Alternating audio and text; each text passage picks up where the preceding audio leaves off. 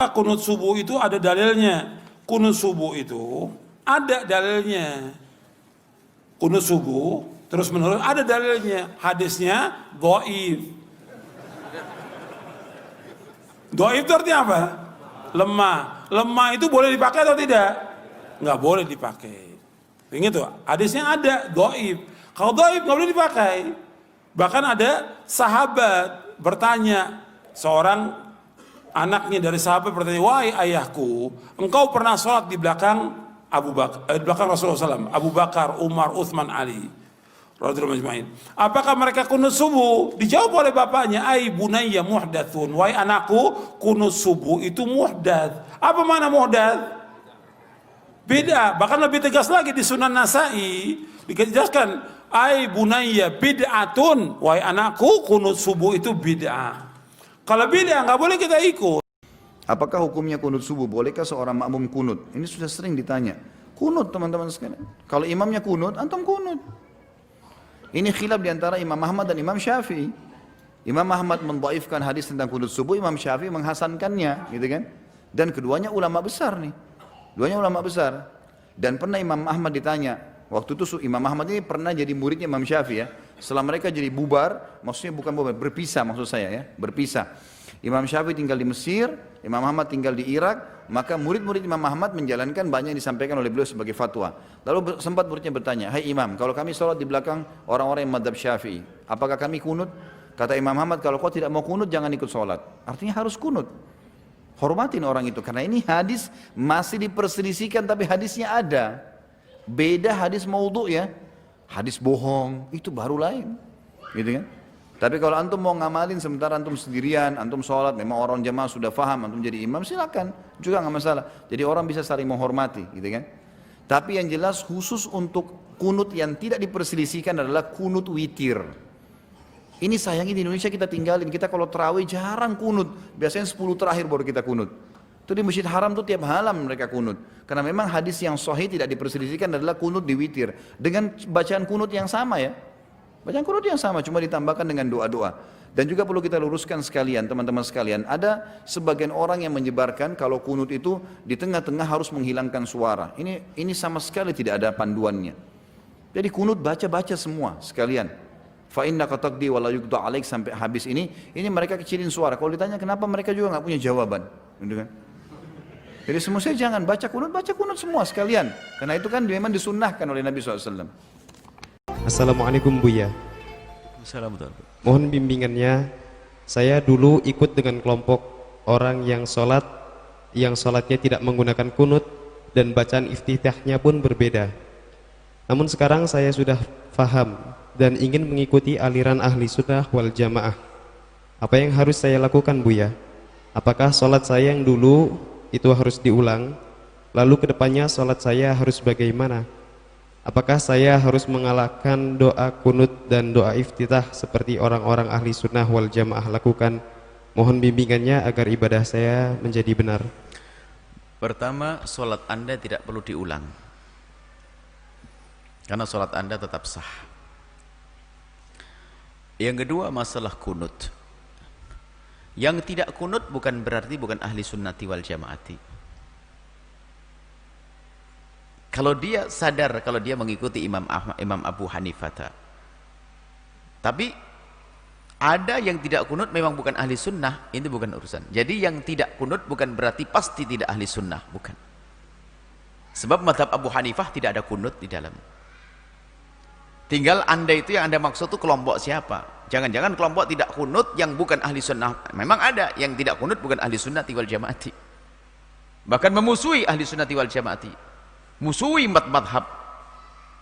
Memusuhi Asy'ariyah dan Maturidiyah. Maka itu tidak kunut yang ahli bid'ah. Tapi yang tidak kunut karena mengikuti Imam Abu Hanifah bukan ahli bid'ah dia. Sah sholatnya tanpa kunut karena ingin ikut Imam Abu Hanifah. Itu berlaku di India dan di Indonesia jangan dong, kebanyakan mazhab Syafi'i di sini. Jadi orang yang tidak kunut jangan serta-merta dianggap tidak ahli sunnati wal jamaati. Tapi dengan catatan dia tetap ahli sunnati wal jamaati kalau memang ikuti imam ahli sunnah wal jamaah. Tapi ada orang tidak kunut karena ngikuti imam yang gak jelas, Ya ini beda dia. Maka saya tidak tahu yang Anda ikuti itu siapa. Kalau masalah kunut, Abu Hanifah tidak kunut. Dalam kesempatan tadi malam. Nah, sekarang tentang kunut. Kisahnya dimulai di saat Nabi SAW dalam fase dakwah, ya, di awal-awal masa Islam di Mekah, tiba-tiba kedatangan tamu dari distrik Bi'r Ma'unah. Bi'r Ma'unah agak banyak ini. Ya. Menyampaikan bahwa, ya Muhammad ya Rasulullah, di tempat kami orang-orang yang masuk Islam. Semuanya masuk Islam. Awal masa dakwah, kedatangan informasi satu desa, bedol desa masuk Islam. Kira-kira senang atau tidak? Senangnya luar biasa. Maka mereka minta dikirimkan guru-guru untuk mengajar. Dikirimkanlah oleh Nabi SAW 70 orang penghafal Quran. 70 orang penghafal Quran. Di saat-saat masa awal-awal keislaman, tidak banyak penghafal Quran. Dikirimkan 70 orang ke sana. Singkat cerita, ketika beliau sedang menunaikan sholat, dalam riwayat disebutkan sholat subuh, yang lain mengatakan sholat maghrib, tiba-tiba turun malaikat Jibril menyampaikan bahwa orang-orang tadi yang datang kepada Muhammad mereka menipu. Karena ternyata orang-orang itu ketika sampai di Bir Ma'unah semuanya dizalimi, bahkan dieksekusi dan syahid. Ya, jadi mereka semua dibantai, dibunuh. Ya, jadi ada yang menipu mengatakan masuk Islam, dikirimkan pengajar tapi kemudian disakiti, dizalimi. Nabi dengan sifat kemanusiaannya marah pada saat itu. Kemudian beliau berdoa kepada Allah Subhanahu wa taala. Ada yang mengatakan doanya sebelum ruku, ada yang mengatakan bangkit dari ruku. Maka beliau mengatakan Allahumma adzib fulan, Allahumma al'anhum, ya Allah tolong hukum si fulan, tolong laknat si fulan. Bahkan disebutkan sebagian dari suku-sukunya, Bani Keda, Bani Keda, Bani Keda. Itu berlangsung selama sebulan. Berlangsung selama sebulan. Hingga turunlah kemudian Quran surah ketiga Ali Imran ayat 128 sampai 129. Posisi paling kanan sebelah bawah di mushaf standar. Quran surah ketiga Ali Imran ayat 128 sampai 129. Ayat 128 ini poinnya. Laisa laka minal amri syai'un aw yatuba 'alaihim aw yu'adzibahum fa innahum zalimun. Ketika Nabi berdoa dengan kalimat hukum ya Allah, laknat si fulan ya Allah, tiba-tiba ayat yang turun itu begitu mengejutkan. Muhammad, kamu tidak punya hak untuk menghukum seseorang atau melaknat seseorang karena dia pernah berbuat salah. Hak Allah untuk menentukan siapa yang dilaknat atau untuk menghukum seseorang. Perhatikan ini kalimatnya indah sekali, indah sekali. Ini ingin memberikan keterangan kepada Nabi SAW bahwa tugas Nabi itu berdakwah dalam kebaikan. Sekalipun cuma berdoa, maka bila bisa berdoa yang baik-baik, maka hindarkan doa yang tidak baik. Ingin mengajarkan bahwa Muhammad, kamu masih berada di awal dakwah. Jangan cepat merasa panas, kemudian cepat menyinggung, minta dihukum dan sebagainya. Kalau nanti sikapnya seperti itu, nanti lama-kelamaan gak ada bedanya dengan umat terdahulu. Nabi Nuh ketika umatnya mulai menyimpang, minta kepada Allah, ya Allah, setelah berdakwah ya Allah, umat ini gak mau menerima ya Allah, maka turun azab Allah Subhanahu wa taala. Kamu untuk umat terakhir sampai dengan kiamat. Kalau sikap sekarang minta umatnya dihukum, maka bagaimana dengan sikap dan keadaan mereka nanti sampai kiamat? Jangan-jangan gak ada umat nanti sampai kiamat deh, karena nabinya belum apa-apa sudah minta kemudian untuk menghukum. Maka turun ayat untuk meluruskan kepada Nabi supaya berdoa dalam kebaikan-kebaikan. Taib. Ini bukan Nabi salah, bukan nilai kemanusiaan yang menjadikan bahwa mereka penipu. Sedangkan ini masih ada di awal dakwah. Tapi Allah kemudian menanamkan kesabaran dalam diri Nabi. Yang paling indah, turunlah kemudian ayat ini. Setelah ayat ini turun, terjadi dua peristiwa. Satu, Nabi tidak membacakan lagi doa tadi. Ya Allah, tolong laknat si fulan, ya Allah hukum si fulan. Tapi kemudian merubah doanya menjadi doa yang baik. Dalam bahasa Arab, sesuatu yang baik yang dimohonkan kepada Allah Subhanahu wa taala singkatnya disebut dengan kunut namanya. Kunut. Permohonan yang baik-baik sebagai ketaatan kepada Allah. Karena Allah perintahkan berdoa dengan yang baik, ya, maka sifatnya disebut dengan kunut. Baik, maka peristiwa yang pertama, fokus. Nabi tidak membacakan doa itu lagi, lalu mengajarkan kepada cucunya Al-Hasan, kepada sebagian sahabatnya, doa yang terbaik sebagai pengganti doa yang ini. Apa doanya? Allahumma hadini fiman hadait, wa afini fiman afait, wa tawallani fiman tawallait, wa barik li fima atait, wa qini syarra ma qadait. Tidak pakai birahmatika ya. Tidak pakai birahmatika, tapi dalam hadisnya wa qini syarra ma qadait. Itu yang diajarkan oleh Nabi sallallahu alaihi wasallam. Maka kemudian ada yang meriwayatkan Nabi tidak pernah membacakan doa itu lagi, dicukupkan, ya, tapi kemudian sahabat mempraktikkan doa itu dalam salatnya. Ada yang menggunakan saat witir, ada yang menggunakan saat Ramadan, ya di 10 malam terakhir, bahkan ada yang menggunakan dalam kesempatan salat subuhnya. Dan itu didiamkan oleh Nabi sallallahu alaihi wasallam. Bahkan ada sebagian mengatakan bahwa Nabi Muhammad SAW pernah menggunakan itu dalam sholat subuh. Walaupun sebagian memandang riwayatnya lemah, ada yang mengatakan yang lain riwayatnya kuat.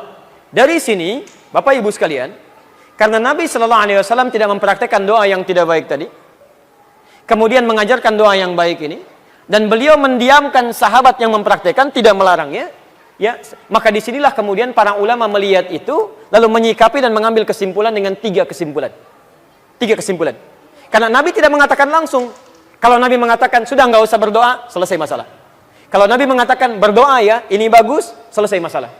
Tapi Nabi mendiamkan di sini, dan sikap diamnya Nabi, dalam implikasi hukum, itu bisa menerangkan beberapa pilihan-pilihan hukum. Maka, Imam Abu Hanifah mengatakan, karena Nabi sebelumnya tidak baca doa, dan setelah itu pun beliau tidak baca doa lagi, setelah turun ayat tadi, maka beliau menyimpulkan tidak ada doa kunut itu. Makanya saat subuh tidak perlu membaca doa kunut. Selesai. Imam Abu Hanifah. Imam Malik, Imam Syafi'i menyimpulkan Nabi SAW baca doa. Doa ini diganti oleh Allah untuk yang baik-baik. Dan kemudian diajarkan oleh Nabi pada sahabat. Sahabat membacakan, Nabi tidak melarang. Ini artinya itu pun dibenarkan kalau dibacakan. Maka dari itulah Imam Syafi'i, Imam Malik mempraktekkan doa kunut ini. Imam Malik membacakan sebelum ruku. Jadi begitu membaca surah di rakaat yang terakhir dalam sholat subuh, itu Imam Malik mempraktikkan kunut, tapi kunutnya nggak jahar, sir. Makanya setelah baca surat agak lama, itu sedang baca kunut dalam subuh. Imam Syafi'i memilih riwayat yang setelah ruku. Ruku i'tidal, sami Allahu liman hamidah, Rabbana walakal hamd, lalu membacakan ini dalam subuhnya. Plus Imam Syafi'i, Allahumma hdini fiman hadait, dan seterusnya. Imam Ahmad bin Hanbal mengambil jalan tengah. Ini Nabi sebelumnya nggak berdoa. Ada peristiwa besar terjadi yang membutuhkan doa, kemudian Nabi berdoa dengan itu. Setelah itu Nabi tidak berdoa lagi. Ini artinya doa ini bisa dihadirkan dalam peristiwa-peristiwa yang menuntut doa itu disertakan oleh kita, karena ketidakmampuan kita berada di sana. Peristiwa dahsyat besar yang meminta kita atau menuntut kita menghadirkan doa, itu dalam bahasa Arab disebut dengan nazilah. Nazilah, maka dikenal dengan istilah kunut nazilah. Doa kunut yang dibacakan ketika terjadi peristiwa genting yang membutuhkan doa. Yang ada di Palestina, yang ada di Aleppo kemarin, yang ada di Syria dan sebagainya. Maka dikenal dengan istilah kunut nazilah. 3-tiganya disepakati oleh para ulama, baik di zaman itu sampai di zaman kini. Ini ijtihad para ulama yang dibenarkan dan sah dilakukan ketika memilih satu di antara ketiganya. Karena Nabi memang memberi peluang yang sama untuk bisa mengerjakannya atau tidak sama sekali. Jadi, di masa bahkan Imam Syafi'i, beliau pernah berkunjung ke tempatnya Imam Abu Hanifah setelah beliau meninggal. Masya Allah Pak, Imam Syafi'i kunut, Abu Hanifah dan muridnya tidak. Begitu sampai ke tempat Imam Abu Hanifah, murid Imam Syafi'i mengatakan, ketika Imam Syafi'i diminta jadi imam, Syekh tafadhal, taumu bin nas, tusalli bin nas, Anda jadi imam. Murid Imam Syafi'i mengira Imam Syafi'i akan kunut. Mereka mengatakan pendapat kita akan unggul di sini. Tapi ternyata ketika sholat subuh, Imam Syafi'i tidak kunut. Tidak kunut. Apa kata muridnya setelah sholat? Syekh, lima lam taknut, kenapa Anda tidak kunut? Kata beliau, saya menghormati pendapatnya Imam Abu Hanifah yang berlaku di tempat ini. Masya Allah. Imam Syafi'i kunut, tapi ketika berkunjung di tempat yang tidak kunut, beliau tidak mempraktikkan kunut. Imam Ahmad bin Hanbal juga, Masya Allah. Beliau kunutnya nazilah, tapi ketika beliau berada di tempat Imam Syafi'i, beliau kunutnya kunut seperti biasa, bukan nazilah lagi. Jadi di sini indah sekali. Para ulama soleh, hafal Quran, menulis kitab hadis, dekat dengan Allah, saling menghormati satu sama lain. Walaupun beda pendapat, tapi masih bisa minum teh sama-sama, tersenyum sama-sama, dan ada dalam kebaikan. Antum bukan imam besar, jadi makmum juga jarang, hafal Quran juga tidak, hadis belum dituliskan, Masya Allah. Kenapa masalah ini jadi pada ribut? Yang kunut benar, yang tidak kunut benar, yang salah, yang tidak sholat subuh. Selesai.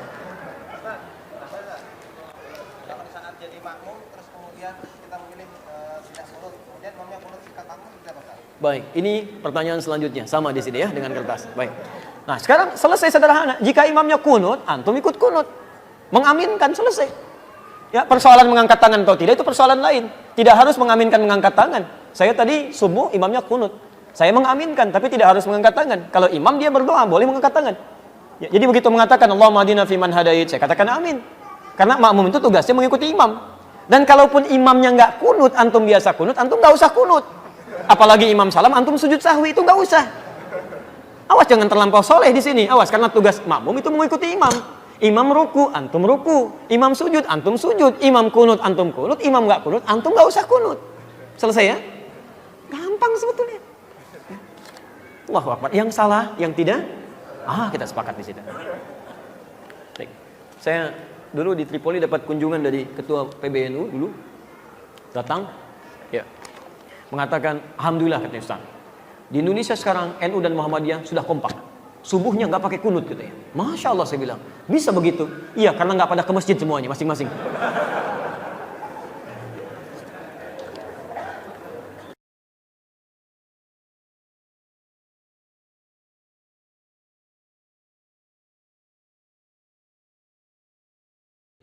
Ya. Sampean tak ceritani, ben sampean ngerti ilmu usul fikih. Kulo nak sering sinau usul fikih. Hadis kunut, ya kunut kados madzhab Syafi'i ini. Kowe aja darani nak kunut iku NU, nak ora kunut Muhammadiyah goblok kowe. Iku jokono NU ana napa Muhammadiyah. Kowe sekali-kali nganggo ukuran wong alim, sing kunut itu Imam Syafi'i, Abu Hanifah, Ahmad bin Hanbal, Imam Malik mboten kunut. Nak kowe darani kunut dimulai Muhammadiyah berarti Imam Malik, Abu Hanifah, Ahmad bin Hanbal, Muhammadiyah, Imam Syafi'i, NU. Oleh goblok kok ora barbar. Mulane kula nek takoki Gus jenengan kunut ta mboten, aku iku ulama. Dadi aku ora roh NU, ora roh napa Muhammadiyah. Rohku Imam Syafi'i darani kunut sunat. Nah Abu Hanifah, Imam Malik, Ahmad bin Hanbal darani mboten napa sunat. Lah nek partai-partainan polling quick count menang ya menang telu kan? Telu musuh napa? Siji.